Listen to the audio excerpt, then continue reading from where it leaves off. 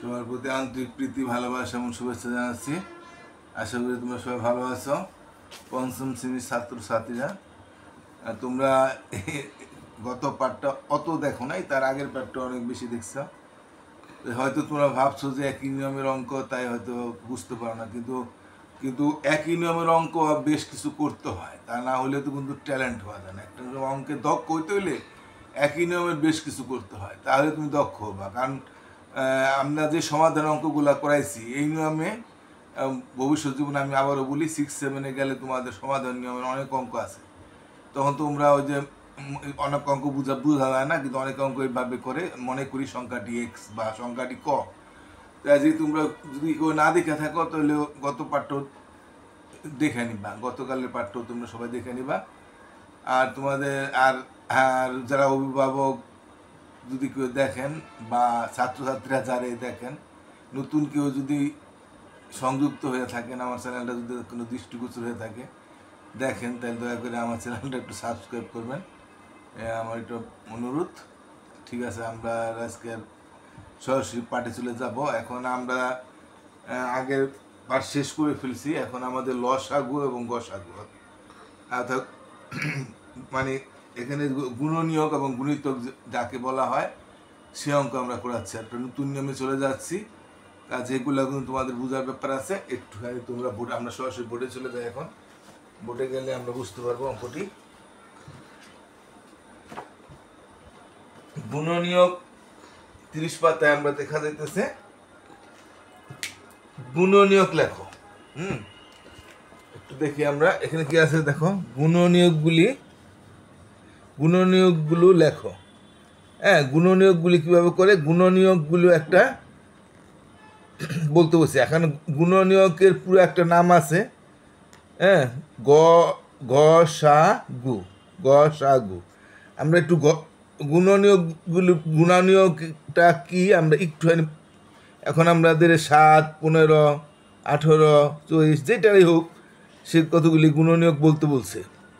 হ্যাঁ, তার আমি একটু বোর্ডের দিকে তাকাই। আমরা গুণনীয়ক কোথা থেকে আসছে? হ্যাঁ, গুণনীয়কের পুরো নাম হলো গসাগু। এটাকে বলে গতে কি? গতে হলো গরিষ্ঠ। প্রথম অক্ষর ওইটা থাকতে হবে, যে কোনো বর্ণ দিয়া কোনো শব্দ হইলে প্রথম অক্ষর যেটা সেটা দিয়া শব্দটা হইতে হয়। গতে গরিষ্ঠ, সাথে সাধারণ, আর গুতে গুণনীয়ক। এখন আমরা আমরা গুণনীয়ক বলি, গসাগুকে আমরা গুণনীয়ক বলি। আর লসাগু আছে একটা, লসাগু হলো লঘিষ্ঠ সাথে সাধারণ। ঠিক আছে, লতে লঘিষ্ঠ, সাথে সাধারণ, আর গুতে গুণিতক। এখন প্রশ্ন হইল, এই যে এখন একটু প্রশ্ন দেখো তোমরা। গসাগু বড়, গসাগু হইল কোন সংখ্যা বৃহত্তম, বড় কিছু বাই করতে চাইলে সবচেয়ে বড়, এরকম চাইলে অঙ্কের মধ্যে গসাগু বাই করে অঙ্কটা বাই করতে হয়। আচ্ছা, এই জন্য গতে গরিষ্ঠ, গরিষ্ঠ মানে হইল বড়, গরিষ্ঠ মানে বড়, সাথে সাধারণ, গুতে গুণনীয়ক। এখন প্রশ্ন হয়েছে আবার এখানে লসাগু, লতে হইলো লঘিষ্ঠ, লঘিষ্ঠ মানে হইলো ছোট, যে কোনো ছোট বা কম বা পরপর গাছ লাগানো যায় এরকম করলে লসাগু বাই করতে হয়, বা ন্যূনতম কত সংখ্যা এরকম ছোট করলে লসাগু করে অঙ্কটা বাই করতে হয়। আমরা প্রশ্ন অঙ্ক যাই নাই, কিন্তু আমি একটু বুঝাই দিলাম। এখন লঘিষ্ঠ মানে হইলো ছোট, আর গসাগু গরিষ্ঠ মানে হইলো বড়, সাথে হইলো সাধারণ, এখানেও সাথে সাধারণ, এটাও সাথে সাধারণ। এখন গুতে এটা হইলো গুণিতক, এটা হইলো গুণনীয়ক। এখন প্রশ্ন হচ্ছে, এই যে গু তো দুইটার মধ্যে আছে, তা এখন আমরা চাইলে যাই এটা কি গুণনীয়ক, এই গুতে কি গুণনীয়ক হবে না গুণিতক হবে, এটা অনেক সময় কনফিউশন হয় এবং অনেকে ভুল হয়ে যায়। তাই আমি এটা একটা সুন্দর একটা সূত্র আমি দেখছি, জানা বাইক দিলে ওটা ভুলবে না। এটা আমি যখন স্কুল জীবনে পোলাপান ছেলে মেয়েদের যখন পড়াইছি তখন আমি কতটা বলে দিছি। যেমন গরিষ্ঠত্ব বড় না, গরিষ্ঠ মানে বড়, লঘিষ্ঠ মানে ছোট। তা গরিষ্ঠ মানে বড়, তা গুণনীয়ক বানানটো বড়। যেটা বড় গরিষ্ঠ সেটা গুড় বানানটো বড়, গুণনীয়ক। আর লসাগু মানে লঘিষ্ঠ মানে ছোট। হ্যাঁ, সাথে তো এটার মধ্যে সাধারণ গুতে গুণিতক। তাহলে এই যে যেটা লঘিষ্ঠ মানে ছোট, সেটার বানানটাও ছোট আছে, 4টা সংখ্যা আছে। আর এটা 4টা বর্ণ আছে, আর এটা 5টা বর্ণ লাগে। তাই এই জিনিসটা মনে লাগবে যে লঘিষ্ঠত্ব মানে ছোট, তাহলে এটার এই বানানটাও ছোট আছে, গুণিতক। তাই লসাগুলো লঘিষ্ঠ সাধারণ গুণিতক, আর গসাগুলো গরিষ্ঠ সাধারণ গুণনীয়ক। এই যে গরিষ্ঠ বানানটাও বড় আছে। তাই এটা তোমরা আশা করি এই জিনিসটা মনে রাখলেই তোমরা গুণনীয় এই গুতে কি গুণনীয়ক হইব না গুণিতক হবে মনে রাখতে পারবা। তাহলে আমরা বুঝতে পারলাম যে গরিষ্ঠত্ব বড়, তাই গুতে গিয়ে এই গুণনীয়ক বানানটা বড় আছে। আর এই লত লঘিষ্ঠ ছোট, তাই গুণিতক বানানটা ছোট আছে। ঠিক আছে, এখন আমাদের বলছে বইয়ের মধ্যে গুণনীয়ক গুলি লেখো। এখানে আমার লসাগু বলে নাই, শুধু গুণনীয়ক বলছে। তার গুণনীয়কটা গসাগুরি একটা অংশ। গুণনীয়ক মানে গসাগুই। তাহলে আমরা 1-এর যে 7 নম্বর অঙ্কটা করতে বলছে, দেখো 7-এর গুণনীয়ক বাই করতেছে। এখন আমরা এই 7কে আমরা কি দিয়ে ভাগ করতে পারি? 7কে তো আমরা 7 দিয়ে ভাগ করতে পারবো। যে কোনো সংখ্যা ওই সংখ্যা দেয়া এবং 1 দিয়া ভাগ করা যাবে। যে কোনো সংখ্যাকে ওই সংখ্যা দিয়া, অর্থাৎ 5কে 5 দিয়া, 4কে 4 দিয়া ভাগ হবে, আর 1 দিয়েও ভাগ হবে। যেমন 7কে 7 দিয়ে ভাগ হবে, 1 দিয়েও ভাগ হবে। এটা হবেই, প্রত্যেকটা সংখ্যার ক্ষেত্রে হবে, এবং এটাকে মৌলিক সংখ্যা বলে।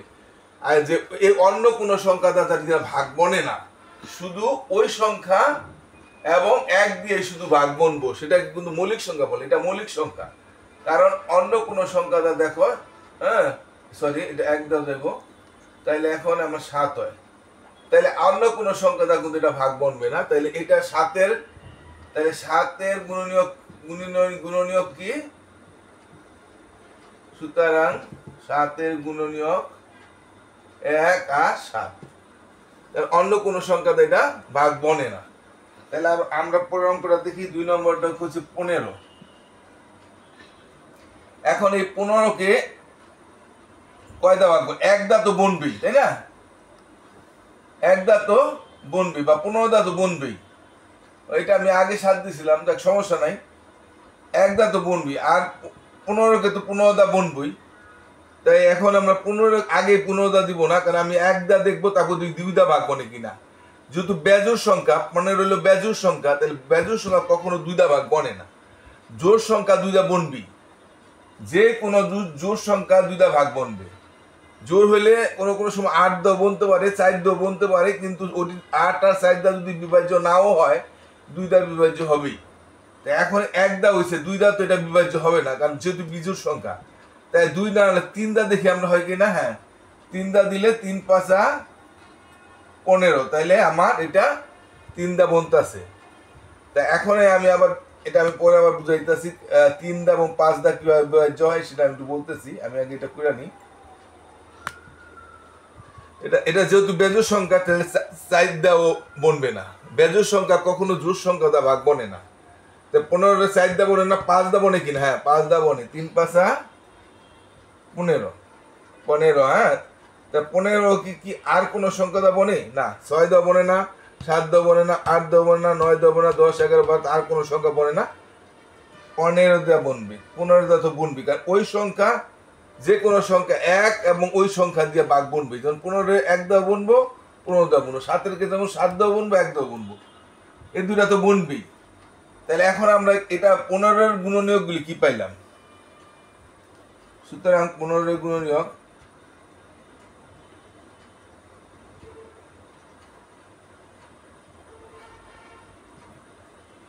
শুরুতে আমরা যাবো 1 3 5 আর 15। তো এখন প্রশ্ন হয়েছে, এটা তো আমরা বললাম 1 দা দেখি, তারপর 2 দা দেখি বনে কিনা, 3 দা দেখি বনে কিনা, 4 দা বনে কিনা। এভাবে করলে তো আমরা অনেক সময় বুঝতে পারি। কিন্তু একটা সূত্র আছে কোন সংখ্যা কোন সংখ্যা দিয়া ভাগ বনে। যেমন জোর থাকলে 2 দা বনবেই, আর 3 দা যে ওই সংখ্যায় ভাগ বনবে যে যদি আমরা বড় সংখ্যা হয় তাহলে তো বুঝি না, ছোট সংখ্যা তো আমরা বুঝতে পারি যে এটা 3 5 15 বনবে, ছোট সংখ্যা বোঝা যায়, কিন্তু বড় সংখ্যার ক্ষেত্রে আমরা 3 দা বনবে কিনা আমরা বুঝি না। যেমন মনে করো এটা যদি হয়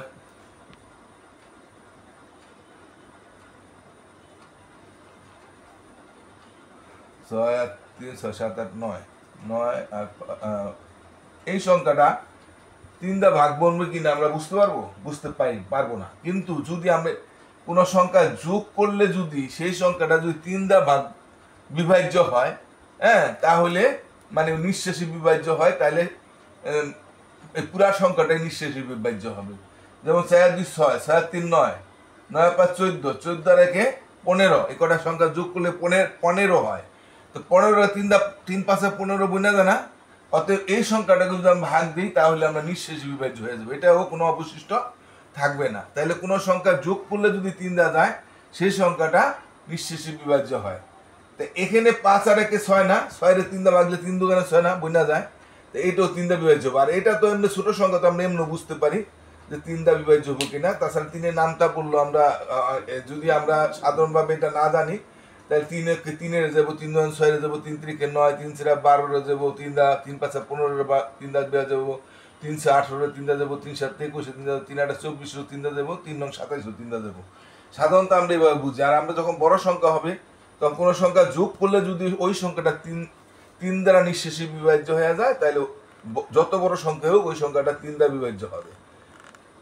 এটা তো এমনি বোঝা যায় 3 5 15, 5 আর 1 6, 6 এর 3 দা বনে, অর্থাৎ 15 তো 3 দা বনবে। এখন আরেকটা নিয়ম, এবার আমরা 4 দা কখন বনে, 4 দা জোর হইলে বনতে পারে, তাহলে 4 দা সব সময় যে 4 দা বনবে যদি সামনে দুইটা সংখ্যা 4 দা বনে থাকে। আমি 4 দা আমরা পরে বুঝাই।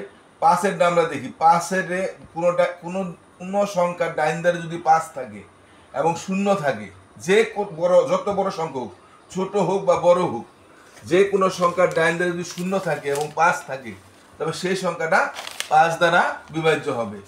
যেহেতু এটা 15 ডাইন ধারে 5 আছে, সেহেতু আমার 5 দ্বারা অবশ্যই বিভাজ্য হবে। হ্যাঁ, আর কোনো সংখ্যার ডাইন ধারে 0 থাকলেও 5 বিভাজ্য। এটা 15 ডাইন ধারে 5 আছে, এই যে সঠিক বলছে। তাই এখন এটা আর 15 তো 15 দা বনবেই।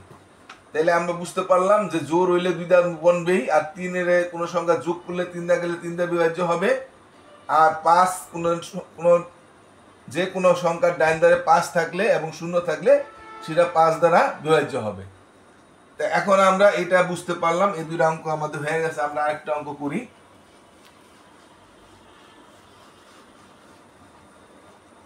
আমরা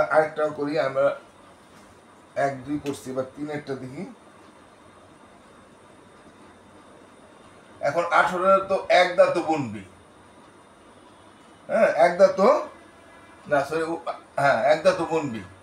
এবার 18 তো জোড় সংখ্যা, তাহলে 2 দা বনবে, 9 2 18, 18 রে 3 দা বনবে, 318। এবার কারণ 8 আর 1 9 যোগ করলে 3 দা গেলে 3 দা বিভাজ্য হয় না, তাহলে 8 আর 1 আর 8 যোগ করলে 9 হয়, 9 রে 3 দা বললে 3 3 9 যায়। এটা তো ছোট, এমনি বোঝা যায় 3 দা যায় না, হলে 8 আর 1 9 যোগ করলে 3 9 যায়, এটা 3 দা যাবে। আর 18 3 দা যায়, এটা বুঝাই যায়। 3 ছোট সংখ্যা বোঝা যায়, বড় সংখ্যার ক্ষেত্রে আমাদের যোগ করে দেখবো যে ওই সংখ্যাটা 3 দা নিঃশেষে বিভাজ্য হয় কিনা। তাহলে মনে করো 3 দা যাবে। এবার 18 জোর, কিন্তু 4 দা কিন্তু যাবে না, হ্যাঁ, 5 দাও যাবে না, 6 দা যাবে, 318। আমরা কিছু কি করে দেবো। 18 আর কি দা যায়, 7 দা কি যাবো না, 8 দা কি যাবো না, 9 দা যাবো, 9 দ্বিগুণে 18। আর 10 দা 11 12 14 13 14 15 16 যাবো না। আর 18 তো 18 দা ভাগ বনবি, তাই না, 1। তাহলে আমরা কি পাইলাম, 18 এর গুণনীয়ক কি পাইলাম। সুতরাং 18 এর গুণনীয়ক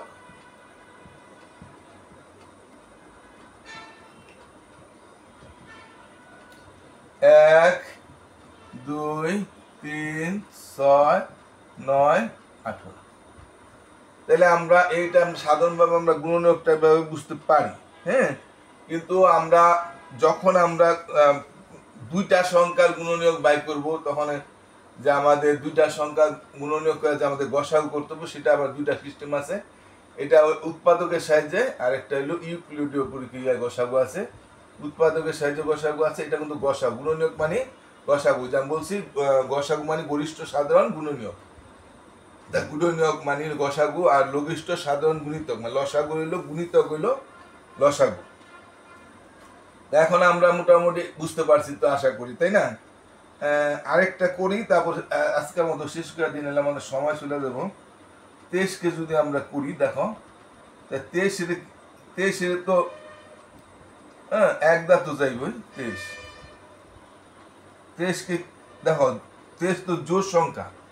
এটা 23 কিন্তু মৌলিক সংখ্যা, কারণ 23 2 দা ভাগ বলবো না, 3 দা বলবো না, 4 দা বলবো না, 5 দা বলবো না, 6 দা বলবো না, 7 দা বলবো, 8 দা, 9 9, 10 11 12 13 14 15 বলবে না।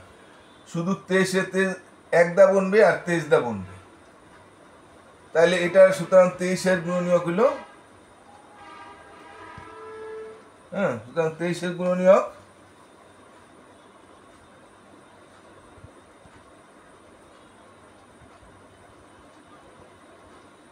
1 আর 23।